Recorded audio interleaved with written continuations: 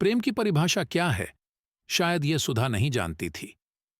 वह जानती थी तो सिर्फ प्यार में चिढ़ सुख की चाह, जहां सिर्फ भावनाओं का आदान प्रदान होता है। शारीरिक सुख कोई माने नहीं रखता। बेमेल प्रेम संबंधों पर प्रस्तुत है शशिकांत कपूर की कहानी समर्पण। नियमित रूप से सुबह की सैर करने का आदी हो गया था। एक दिन जब मैं सैर कर घर लौट रहा था तो लगभग 26-27 साल की एक लड़की मेरे साथ साथ घर आ गई। वह देखने में बहुत सुंदर थी। मैंने झट से पूछ लिया, हाँ बोलो, किस काम से मेरे पास आई हो? उसने कहा, हम लोगों का एक ऑर्केस्ट्रा ग्रुप है।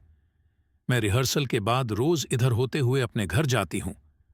आज इधर से गुजरते हुए आप दिखाई दिए तो मैंने सोचा आपसे मिल ही लूं। मैंने बताया नहीं कि मैं भी उसे नोटिस कर चुका हूं और मेरा मन भी था कि उससे मुलाकात हो। थोड़ा और बताओगी अपने कार्यक्रमों और ग्रुप में अपनी भूमिका के बारे में? यहीं खड़े खड़े बातें होंगी या आप मुझे घर के अंदर भी ले जाएंगे? You are welcome. चलो अंदर चलकर बात करते हैं। ड्राइंग रूम में बैठने के बाद उसने अपना परिचय देते हुए कहा, मेरा नाम सुधा है। वैसे हम कलाकार लोग स्टेज पर किसी और नाम से जाने जाते हैं। मेरा स्टेज का नाम है नताशा। हमारे कार्यक्रम या तो बिजनेस हाउस करवाते हैं या हम लोग शादियों में प्रोग्राम देते हैं। मैं फिल्मी गानों पर डांस करती हूं। मैंने उससे पूछा, कार्यक्रमों के अलावा और क्या करती हो? मैं MA अंग्रेजी से प्राइवेट कर रही हूं। सुधा ने बताया, मेरे पापा का नाम PL सेठी है और वह पब्लिक वर्क्स डिपार्टमेंट में काम करते हैं। सुधा ने खुलकर अपने परिवार के बारे में बताया, मेरी 3 बहनें हैं। बड़ी बहन की शादी की उम्र निकलती जा रही है। मुझसे छोटी बहनें पढ़ाई कर रही हैं। माँ एक प्राइवेट स्कूल की टीचर हैं। घर का खर्च मुश्किल से चलता है। प्रोफेसर साहब, मैंने आपकी नेम प्लेट पढ़ ली थी कि आप रिटायर्ड प्रोफेसर हैं, इसलिए आपको प्रोफेसर साहब कहकर संबोधित कर रही हूं। हाँ, तो मैं आपको अपने बारे में बता रही थी कि मुझे हर महीने कार्यक्रम से 3,500 रुपए की आमदनी हो जाती है, जो मैं बैंक में जमा करवा देती हूं। मैंने सुधा के पूरे शरीर पर नजर डाली। गोरा रंग, यौवन से भरपूर बदन और उस पर गजब की मुस्कुराहट। सुधा ने पूछा, आपके घर पर कोई दिखाई नहीं दे रहा है। लोग कहीं बाहर गए हैं क्या? मैंने सुधा को बताया, मेरे घर पर कोई नहीं है। मैंने शादी नहीं की है। मेरा एक भाई और एक बहन है। दोनों अपने परिवार के साथ इसी शहर में रहते हैं। वैसे सुधा, मैं शाम को इंग्लिश विषय की MA की छात्राओं को ट्यूशन पढ़ाता हूं। तुम आना चाहो तो ट्यूशन के लिए आ सकती हो। सुधा ने हामी भर दी और बोली, मैं शीघ्र ही आपके पास ट्यूशन के लिए आ जाया करूंगी। आप समय बता दीजिए। सुधा के निमंत्रण पर मैंने एक दिन उसका कार्यक्रम भी देखा। निमंत्रण पत्र देते हुए उसने कहा, प्रोफेसर साहब, आपसे एक निवेदन है कि मेरे पापा भी कार्यक्रम को देखने आएंगे। आप अपना परिचय मत दीजिएगा। मैं सामने आ जाऊं तो ये मत जाहिर कीजिएगा कि आप मुझे जानते हैं। कुछ कारण है जिसकी वजह से मैं फिलहाल यह जान पहचान गुप्त रखना चाहती हूं। ट्यूशन पर आने से पहले सुधा ने पूछा, सर, कोचिंग के लिए आप कितनी फीस लेंगे? मैंने उत्तर दिया, तुमसे फीस नहीं लेनी है। तुम जब भी मेरे घर आओ किचन में चाय या कॉफी बनाकर पिला दिया करना। हम दोनों साथ साथ चाय पीने का आनंद लेंगे तो समझो फीस चुकता हो गई। सर, चाय तो मुझे भी बहुत अच्छी लगती है। सुधा बोली, एक बात पूछ सकती हूं, आपने शादी क्यों नहीं की? मैं इस प्रश्न के लिए तैयार नहीं था, किंतु अब तक हम एक दूसरे के इतने निकट आ चुके थे कि बड़े ही सहज भाव से मैंने उससे कहा, पहले तो माता पिता की जिम्मेदारी मुझ पर थी, फिर उनके देहांत के बाद मैं मन नहीं बना पाया। माता पिता के जीवन काल में एक लड़की मुझे पसंद आई थी, लेकिन वह उन्हें नहीं अच्छी लगी। बस इसके बाद शादी का विचार छोड़ दिया। सुधा अक्सर सुबह रिहर्सल के बाद सीधे मेरे घर आती और ट्यूशन का समय मैंने उसे 5:30 बजे शाम का अकेले पढ़ने के लिए दे दिया था। उसका मेरे घर आना इतना अधिक हो गया था कि मोहल्ले वाले भी रुचि दिखाने लगे। कब वह मेरे घर आती है, कितनी देर रुकती है, यह बात उनकी चर्चा का विषय बन गई थी। जब मैंने उनके इस आचरण पर कोई प्रतिक्रिया नहीं दिखाई तो वे खुद ब खुद ठंडे पड़ गए। हाँ, इस चर्चा का इतना असर जरूर पड़ा कि जो छात्राएं 4-5 बजे शाम को ग्रुप में आती थीं, वे एक एक कर ट्यूशन छोड़कर चली गईं। इस बात की परवाह न तो मैंने की और न ही सुधा पर इन बातों का कोई असर था। मेरे भाई और बहन ने भी मुझे इस बारे में व्यंग्य भरे लहजे में बताया था, किंतु उन्होंने ज्यादा पूछताछ नहीं की। सुधा को साउथ इंडियन डिशेज अच्छी लगती थीं, अतः उसे साथ लेकर मैं एक रेस्तरां में भी जाने लगा था। वहां के वेटर भी हमें पहचानने लगे थे। एक दिन जब देर रात सुधा रेस्तरां पहुंची तो वेटर ने उससे कहा, मैडम, आपके पापा का फोन आया था, वह थोड़ी देर से आएंगे। आप बैठिए, मैं आपके लिए पानी और चाय लेकर आता हूं। मैं जब रेस्तरां में पहुंचा तो सुधा ने हंसते हुए बताया, प्रोफेसर, आज बड़ा मजा आया। वेटर कह रहा था आपके पापा लेट आएंगे। यहाँ के वेटर्स मुझे आपकी बेटी समझते हैं। इस पर मैंने भी चुटकी लेकर कहा, मेरी उम्र ही ऐसी है, इनकी कोई गलती नहीं है, यह भ्रम बना रहने दो। डिनर से पहले सुधा ने कहा, प्रोफेसर, आपका मेरे जीवन में आना एक मुबारक घटना है। वह बहुत ही भावुक होकर कह रही थी। मुझे लगा जैसे किसी बहुत ही घनिष्ठ संबंध के लिए मुझे मानसिक रूप से तैयार कर रही हो। मैं अक्सर उसके डांस की तारीफ किया करता था और उसे यह बहुत अच्छा लगता था। एक दिन शाम को हम दोनों चाय पी रहे थे तो बड़े प्यार से उसकी पीठ सहलाते हुए मैंने कहा, सुधा, तुम्हें तो पता ही है कि रिटायरमेंट होने पर मुझे काफी अच्छी रकम मिली है। मेरी जरूरतें भी बहुत सीमित हैं।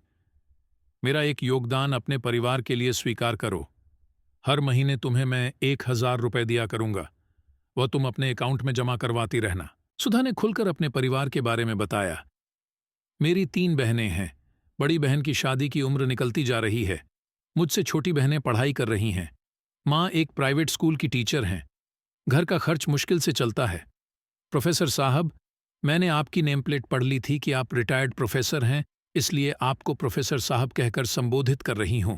हाँ, तो मैं आपको अपने बारे में बता रही थी कि मुझे हर महीने कार्यक्रम से 3,500 रुपए की आमदनी हो जाती है, जो मैं बैंक में जमा करवा देती हूं। मैंने महसूस किया कि एक दूसरे का सामीप्य तनमन को प्यार के रंग में भिगो देता है। हमारे जीवन में वे कुछ अनमोल क्षण होते हैं जिनसे हमें जीवन भर ऊर्जा और जीने का मकसद मिलता है।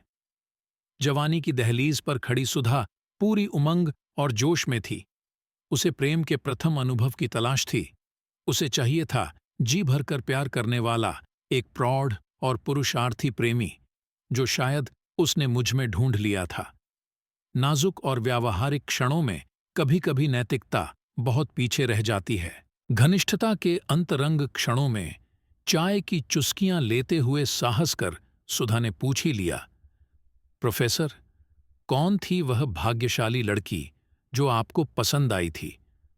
उसका नाम क्या था? देखने में कैसी लगती थी? फोटो देखकर उसे झटका सा लगा, लेकिन स्पष्ट तौर पर उसने जाहिर नहीं होने दिया। इससे अधिक मुझसे कुछ मत पूछना सुधा, मैंने कहा। उस दिन मेरा मन हुआ काश सुधा आज देर तक मेरे घर रुके और हम लोग प्यार भरी बातें करें, पर देर होने के कारण वह जल्दी ही चली गई।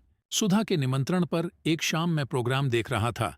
फिल्मी कलाकार की तरह सुधा नृत्य पेश कर रही थी। हाल खचाखच भरा हुआ था। बीड़ी जलाई ले और कजरारे कजरारे जैसे मशहूर गानों पर सुधा अपने हर स्टेप पर दर्शकों की वाहवाही बटोर रही थी। तालियों की गड़गड़ाहट से बार बार हाल गूंज उठता था।